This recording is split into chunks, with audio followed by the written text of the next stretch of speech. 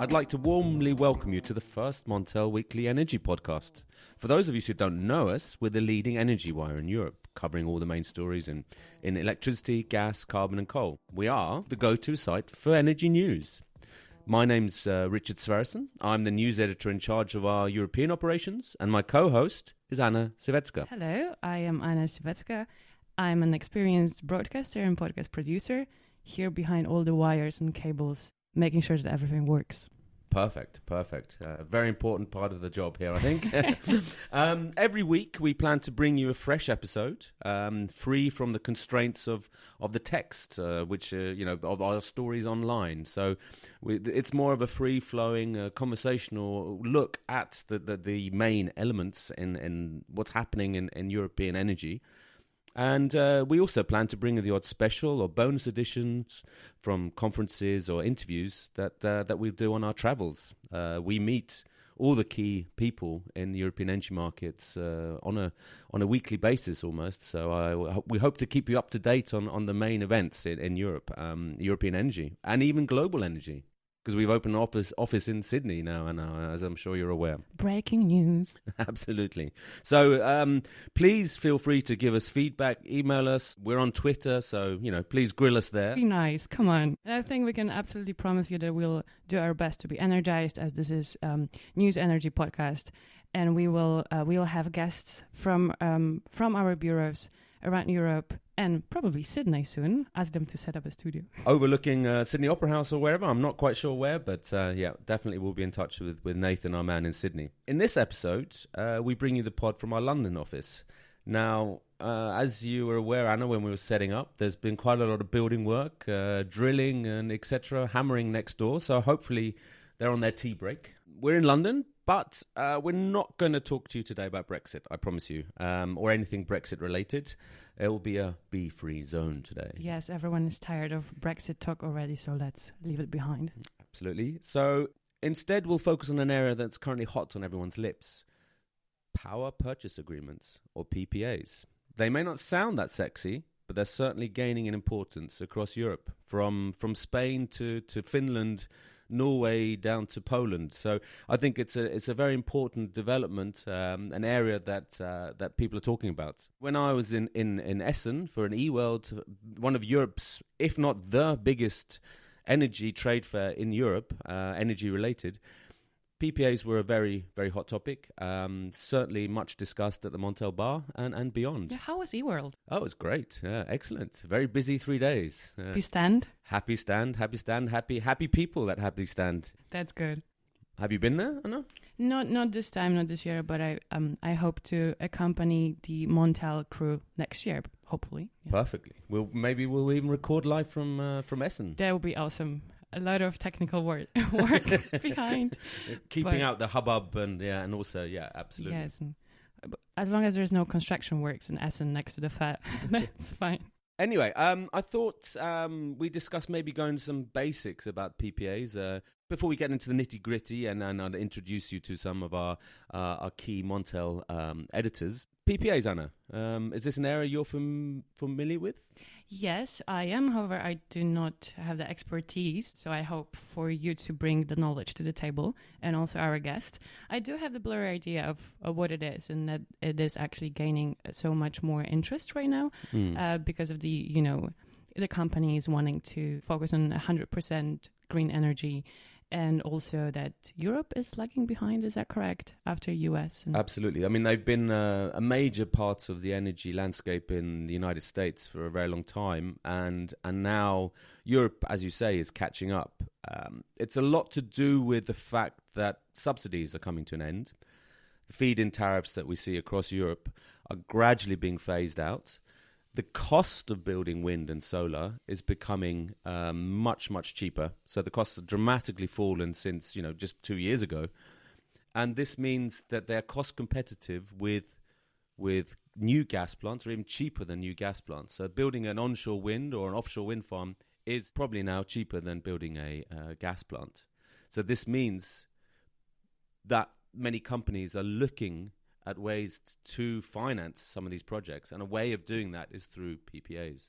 it's a secure way for developers and their bankers. It's a secure income, and for companies buying the power, it guarantees them a set price, so they don't have the risk of going to the wholesale market, and reduces their risk exposure to the wholesale market or certain price spikes or whatever. Because we're talking about very, very long-term agreements, right? This is 5 to 20 years, the PPA. Absolutely. It could be from 3 to 5 years, or it could be 15 to 20. But you need to secure the finances. And I think, and who has the visibility? No one has a crystal ball, so we can't say what the power price is going to be next week, let alone in 2035. So I think it's... it's a way of guaranteeing that income for the developers. They want that, and not just the developers, but of course the banks and the people putting up the money in the first place. And I think a key element which you touched on, Anna, was companies, and that companies want to be seen to be sustainable. They want to be seen to be buying green power.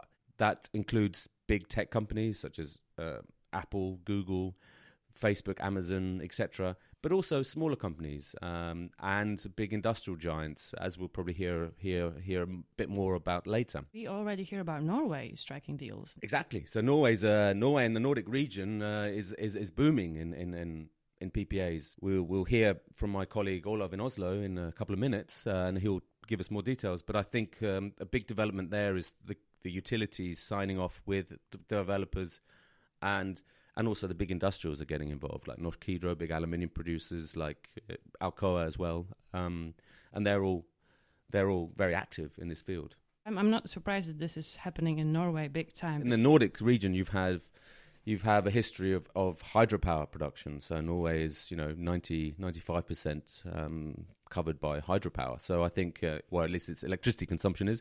But yes, it's becoming, as I mentioned, as costs are coming down.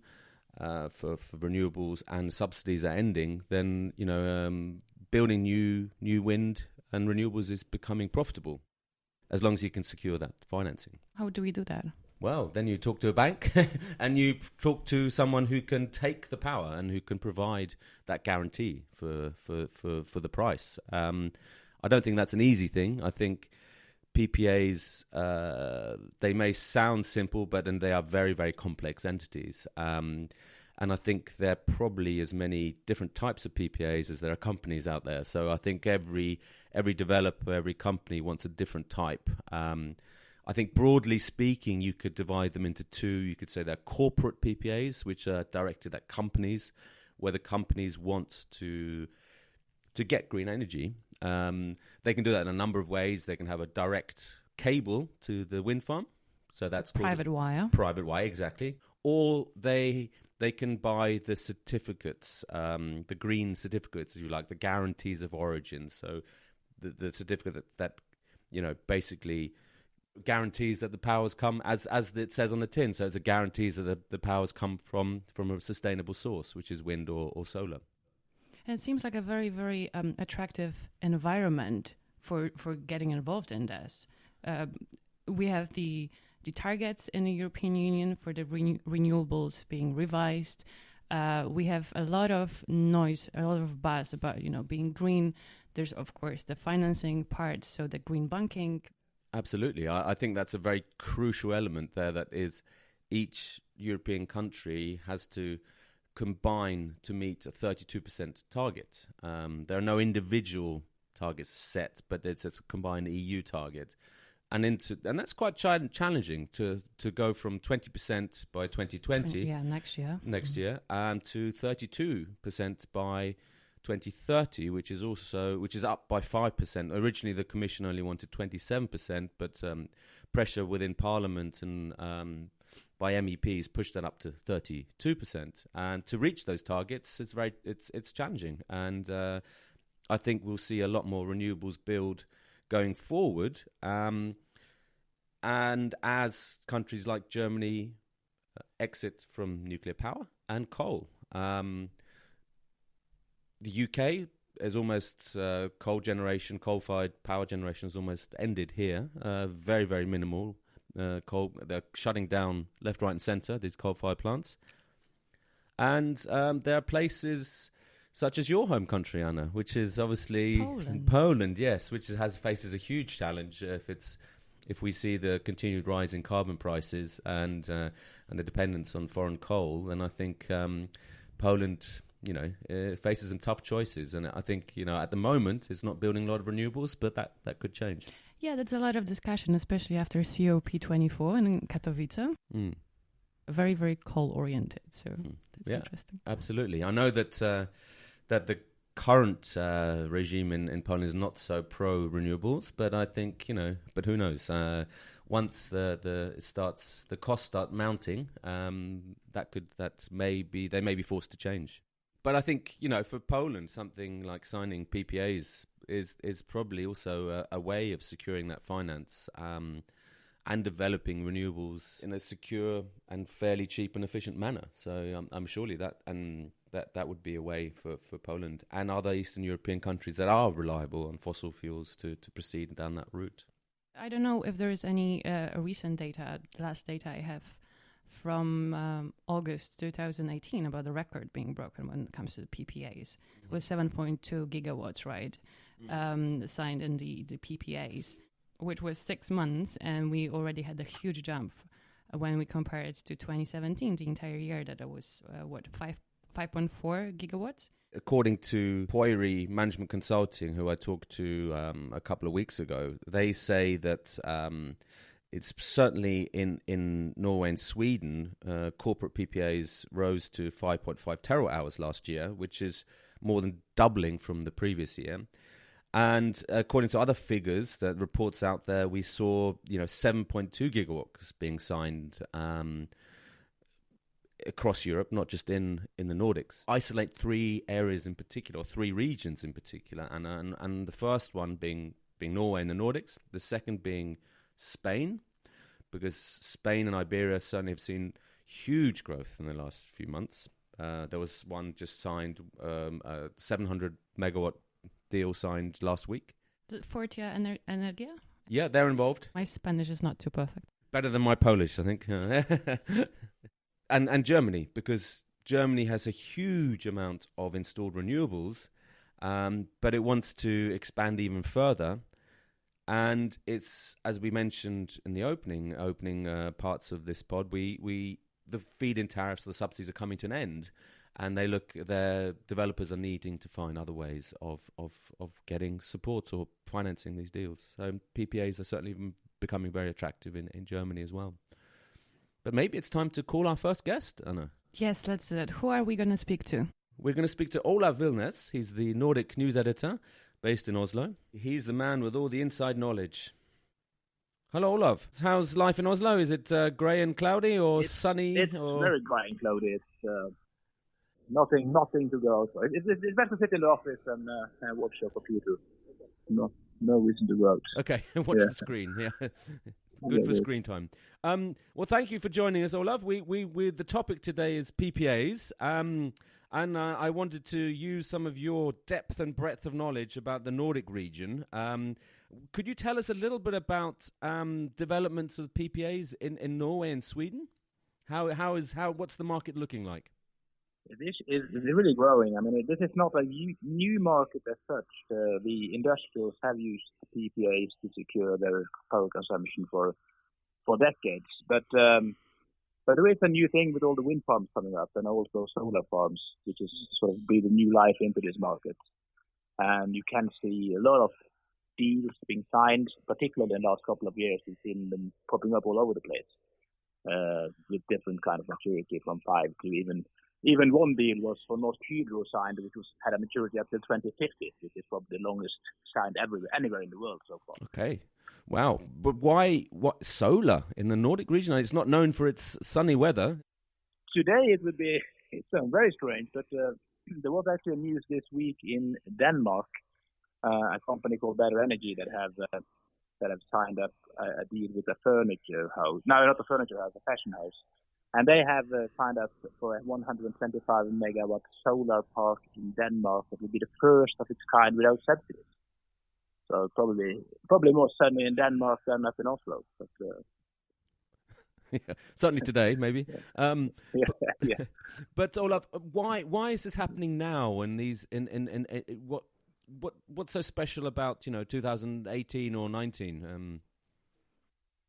I think it started a couple of years ago, actually, 2017 already. Then you saw some deals coming up, 18, 19. One reason probably is that the subsidies that you get are gradually being phased out or sharply reduced across the region. If you look at this joint subsidy scheme between Norway and Sweden, the ELSERT scheme, new plants that come online in Norway after 2021 will no longer receive such subsidies. Sweden will continue until 2030, but if you look at the prices, there's a market-driven subsidy scheme, and if you look at the prices in the late 20s, they show that the value of certificates will drop towards zero, so they need something else, some other things to provide investment security, you may say, and then these PPAs are getting attractive. But the Nordics are, they have an abundance of renewables. Why build wind, and why sign PPAs? It's a good question with wind, but if you look at the history in the Nordics, I mean, if you have the Danes started to build out wind in the 80s because they wanted to get rid of oil and gas dependency. They don't have much hydropower in Denmark. Sweden have a lot of nuclear power, and of course, always their political long-term target for the Swedes to get rid of nuclear and just get renewables, and then they need to go to wind. And even in Norway, you have the weather conditions in Norway are really good for wind. You have a lot of power exchange cables that are built to the continental Europe. So there's a good idea of exporting renewables to other European countries and help with the green transformation in the system as well. So I think and also the issue of using electricity in new sectors like transport. Even in the petroleum sector, they can use offshore renewables instead of local gas-fired units. So I think there is use for it. There's need for wind power, even if it seems there's not a lot of hydropower in the region. Perfect. I mean, do you expect this development then to continue as well, Olav? I mean, it's not going to suddenly come to a halt, is it? I mean, these kind of PPAs are going to continue to being signed, wouldn't you say? Probably not coming to a halt. I think it will increase, probably for the reason I mentioned, with all the subsidies being phased out. We didn't mention Finland. I mean, they also had they've also phased out subsidies after 2020, and there you saw, for example, last year that Google, the IT giant, they signed up to a deal there to support 3 wind farms with a combined capacity of 190 megawatts in Finland without subsidies.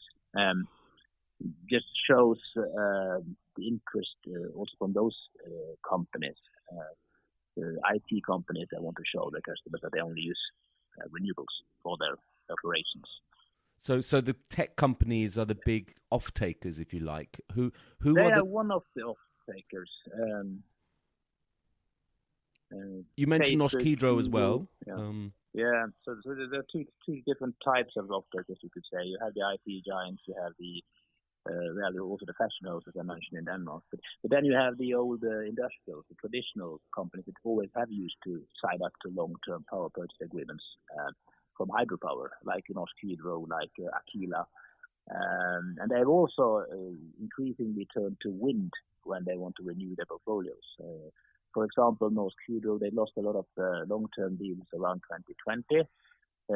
Many of those deals have now been replaced by wind power. For example, 2 of the largest wind farms that is currently being built in the region, at Fosen in Norway and Markbygden in Sweden. Hydro has signed up to both for long-term PPAs to secure enough supplies to their aluminium plants in Norway. And how about utilities? Are they also involved in this? I mean, could you tell us something about the companies that are then sort of in the middle, or if you like, or are actively signing with the other companies? I think it's very attractive for the large producers. You have Statkraft, who just in December signed an 8-year deal with the Norske Skog to supply their factories in Norway for like 14 terawatt hours over 8 years. They've done this for many years. Statkraft, Vattenfall doing the same. If sort of locks in their earnings for many years in the future and gives them predictability. They are very active. And then you have, of course, the middlemen as well. You have companies like Neas Energy and Centrica, who used to come in there and help these companies balance the portfolio in the market. Axpo Trading, the Swiss trading house, they had the big Nordic unit who is active in this market. Agder Energy, a lot of companies who actually go in there and market and sort of use the volumes also in the market to improve the value of the portfolio.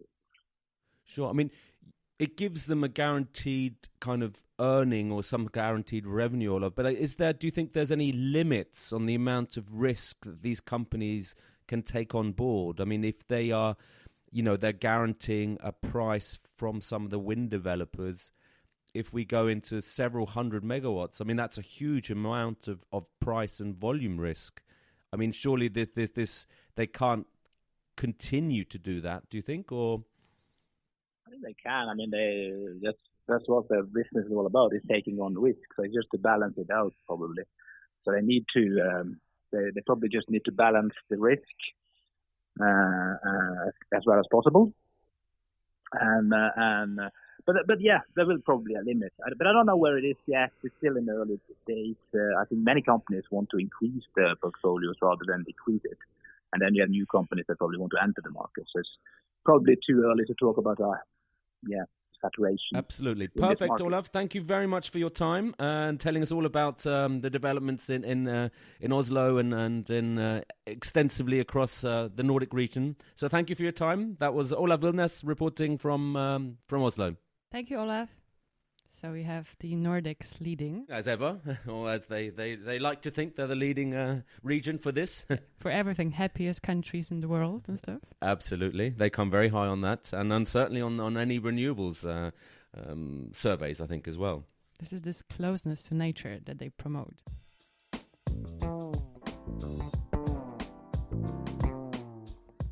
But I think, Anna, I think...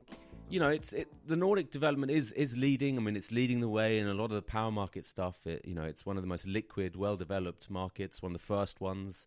The companies that are active there are active across Europe. They're sort of standard bearers for renewables and certainly for hydropower and for traded markets. So I think that what's happening there is a bit of something that we can expect in other parts of Europe and even the world. Certainly Statkraft is active globally. Speaking of seeing it somewhere else, where should we go now? I think let's go back to Oslo. Nora Kamprath Buli, who's the team leader for our Germany desk. So she will tell us all about developments in Germany. So let's get Nora on the line. Very good to hear another female voice. Hello. Hello, Nora. How are you? Hello. I'm good. Thanks for finding the time to speak to us, Nora. The topic today is PPAs and Germany. What can you tell us about what's happening in Germany with power purchase agreements? Well, compared to other countries, I'm afraid not quite as much yet. The uptake, I would say, both of merchant and corporate PPAs is still fairly muted. But it doesn't mean people aren't looking at them. There's definitely a sort of buzz going around the industry where people are looking at the opportunities there are in Germany as well. Mm-hmm. I run an annual survey of the companies active in the direct marketing scheme for renewables, where you sell green output from operators onto the market, so you provide a service for them. Mm-hmm. And most of those companies have said that they are looking to or are already offering PPA structures to their clients. Mm. But mostly, I think, where they see any opportunities are for units that are turning 20 years old over the next couple of years, which means they will no longer receive any subsidies from the German renewables law. So do you expect it then to sort of kick off in earnest from like 2020 when the feed-in tariffs end? We will probably see more deals for those kind of wind parks mostly already this year. We saw a first one last year by Norway's Statkraft Markets, who are the biggest direct marketer in Germany and are now also I guess, taking a lead on the PPA front. They signed a deal with 3 wind farms for 46 megawatts, and those are coming out of the subsidy scheme from 2020. And what you see with those contracts is they're fairly short. I think those contracts were 3 to 5 years. Others are talking about maybe only one year or 2 years maximum. It depends how old units are, how well maintained they are, and how long you expect to be able to continue running them, given they are already. Okay, so these are new PPAs, but for older units. And you mentioned Statkraft markets. Are any other companies very active in this sector? Most of the companies that I speak to said they are doing this.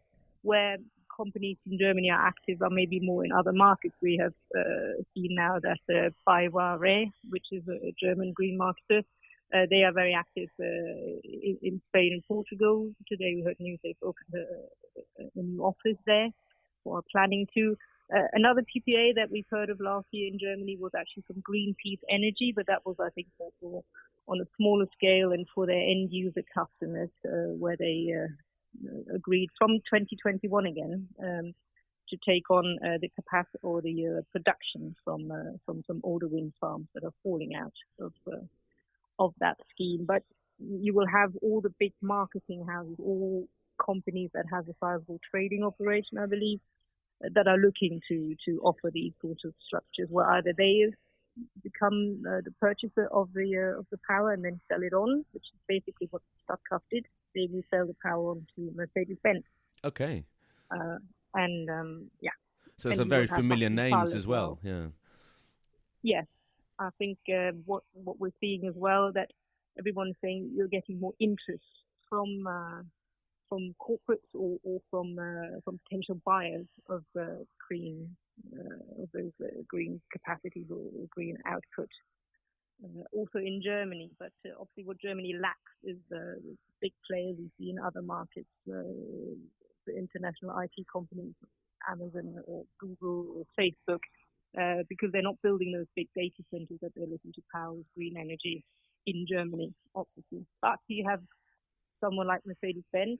They are producing electric cars, and they, for their customers, I guess, want to present those cars as a green choice, a green option that was not produced using dirty coal electricity. But how about new deals? Can you see, are there new deals in the offing as well as I mean, for new capacity, I mean, rather than new deals? It's all quite new, the deals, but so are the new offshore or onshore wind or solar, are these being built on the back of PPAs? Is this something that you see? Not yet, but I think we are coming to a point where that will become a more viable option. For example, last week we saw an announcement from German utility EnBW that they are looking to build a 175 megawatt solar park in Germany, subsidy free. So that means they are not looking to collect the subsidies you can still get in Germany.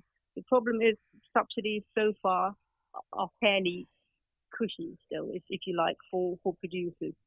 But those new units that have to finance themselves through an auction process, for solar, the prices have fallen to €46.90 in the last round that was held in Germany. Okay. And when you compare that to the current Cal 20 price on the wholesale market of roughly around that level, you can see that it's starting to link that you do not necessarily require subsidy to make that investment. And so, although EnBW they're around didn't current say they wholesale prices. Sorry, Nora, they're about on or around there. Okay, so that makes a lot of economic sense for these big companies then. More sense than before. Yeah. They haven't said that they would finance this through PPA, but obviously as costs for building parks come down and are closing in on wholesale prices, the leap into a non-subsidized investment structure, I think, becomes a lot less daunting for more project developers than what we're seeing now. For wind, it's a slightly different picture because there you can still get much stronger subsidies. Perfect. I mean, based on Nora, you were also at the eWorld Trade Fair recently. Was there much of a buzz around PPAs there? Oh, absolutely. There wasn't a single discussion I had with people where it wasn't brought up. And it's hard to tell if you mentioned it first or they did, but it's definitely something as Germany is looking to grow its renewable share to actually 65% of the power mix in 2030. Everybody's looking at ways to make that happen, and potentially we could see, as you suggested, that some new assets will be built outside of government allocated auction capacity, where you just say, I'm taking the risk, I'm building it, and then obviously you would want that backed by a long-term power purchase agreement. As I said, for now, power agreement, those agreements are fairly short contract length compared to 15 or 20 years in sometimes in other countries. But watch this space, Nora. Thank you very much. I believe so. Thank you. That was Nora Kamprath Buli, team leader Germany, reporting from Oslo. Thank you, Nora.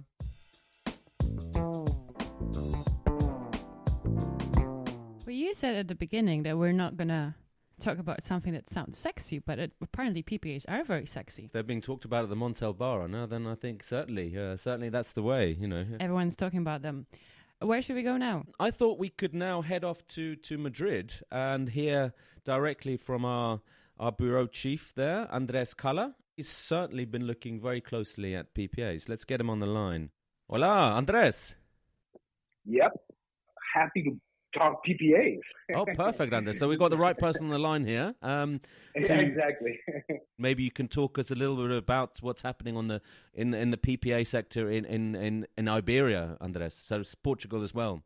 It's uncharted territory because we knew this was going to happen at some point. A huge renewable capacity expansion, both in Portugal and Spain. We just didn't know how it was going to happen. We weren't sure. And of course, PPAs actually came, in a matter of speaking, to the rescue because it facilitated a lot of the firewall, so to speak, that they were building a lot of this additional capacity. PPAs, Spain or Iberian markets, because there's market coupling pretty much all hours between Portugal and Spain. It doesn't have and has a real price reference, long-term price reference. Forward contracts only reach 7-year maturity.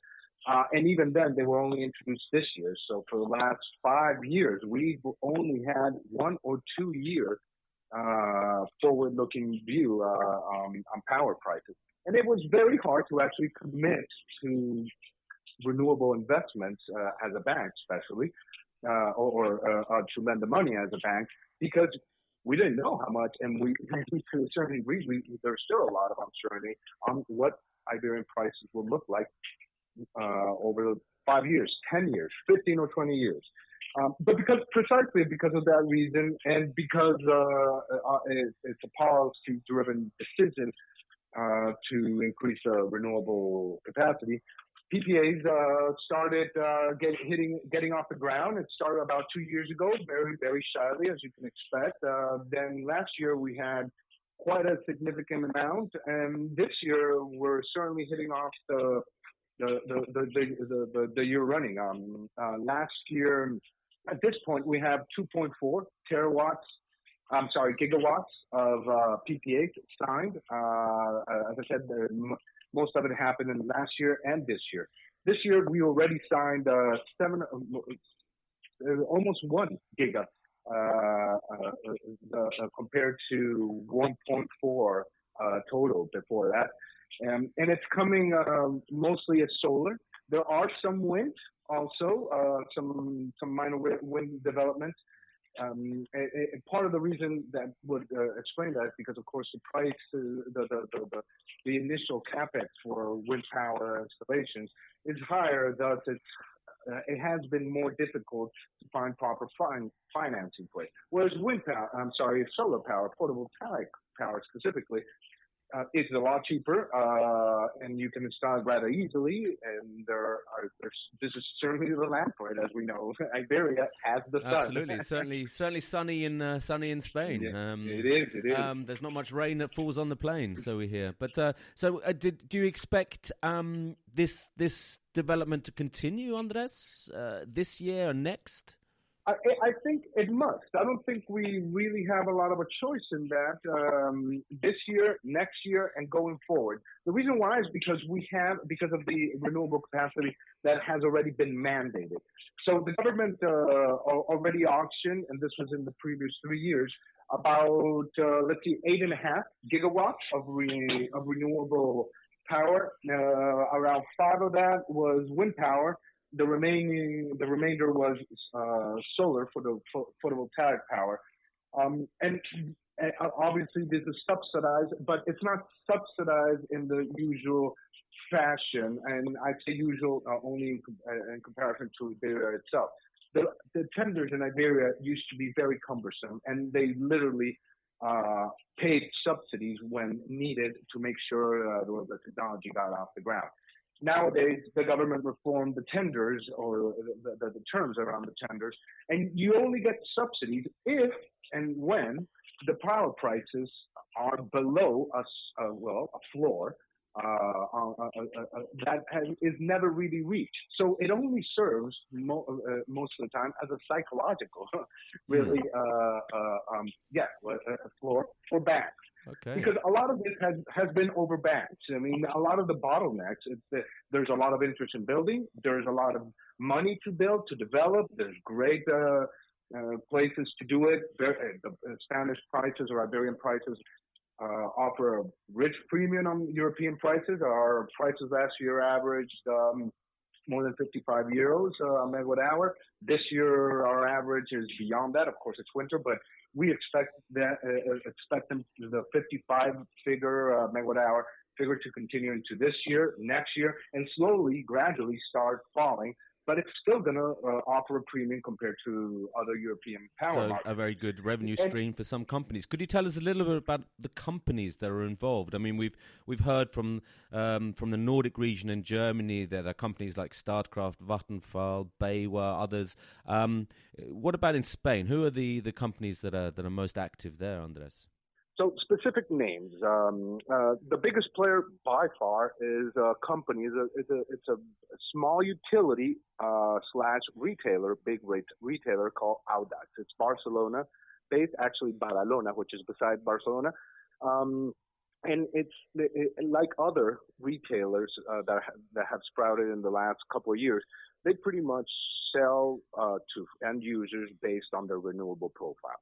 So this company has signed already, the most recent one was this month, almost 1.4 gigawatts of PPAs out of the 2.4. So that's comfortably more than half. Yeah. There was also another recent PPA involving one of the biggest industrial players here, a company created from all the industrial players just to buy power for them. It's called Fortia, this trading house. And Fortia also signed a similar PPA, in this case with Statkraft. Now, what do these two PPAs or the number of PPAs that have been signed recently, what do they have in common? Number one, that they're being negotiated and signed around baseload supply, which means, of course, that they no longer need those complex equations that the original contracts had, based on plus or minus options on solar power, wind power. No, they're the generators like Statkraft, like in the case of Audax, they signed with an Irish developer who works a lot with Allianz, the German insurance company that has a capital market unit, and they're the ones who are actually paying to have another Irish company build the solar farms in Iberia. And then comes Audax, and they're buying the supply from these new solar installations, and they're base load and at a fixed price too. They're guaranteeing supply and price, which means that there is a clear price reference being developed in Iberia, something that has never happened. So it's positive for the wider wholesale market because you're getting some price liquidity out on the curve for the general market participants. So it's a win-win situation, if you like, then, Andres. And we're seeing it. We're actually seeing it. And, this year, we've seen more liquidity. And actually, it started late last year, but we're seeing more liquidity in the longer-dated contracts. The Cala 2021 to Cala 2022, in fact, bizarre trades, bizarre for Spain anyway, because historically, even if the contracts were offered, you would never see any liquidity whatsoever, even on bilateral markets.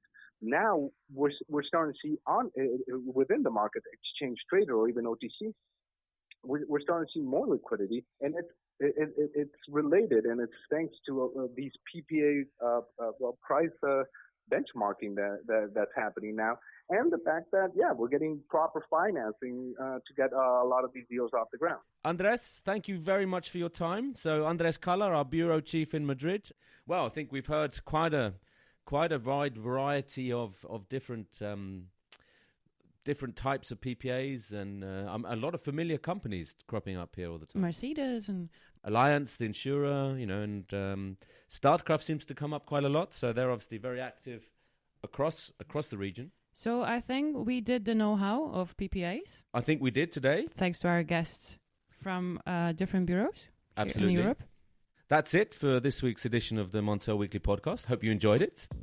This episode was brought to you by Anna Svetska and Richard Sverrisson.